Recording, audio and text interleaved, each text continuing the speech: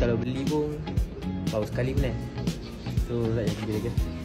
Kita beli nanti 4 kali beli lagi baru kita beli.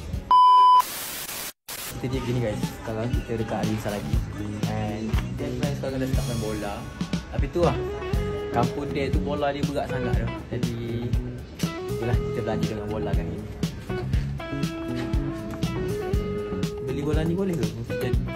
Untuk buat bola sepak guys. Terus smile.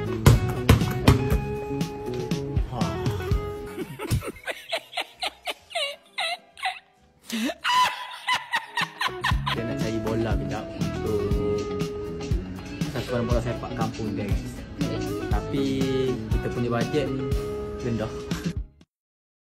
Adidas ni pun sebenarnya okey je guys, 129 je.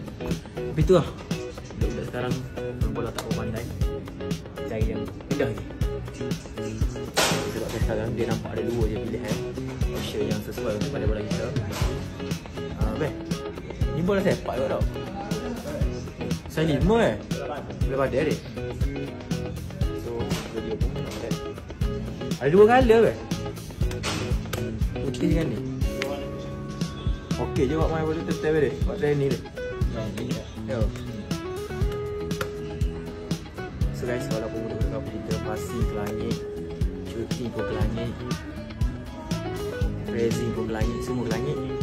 So ni pun sesuai kot. So guys, kita dah selesai dah.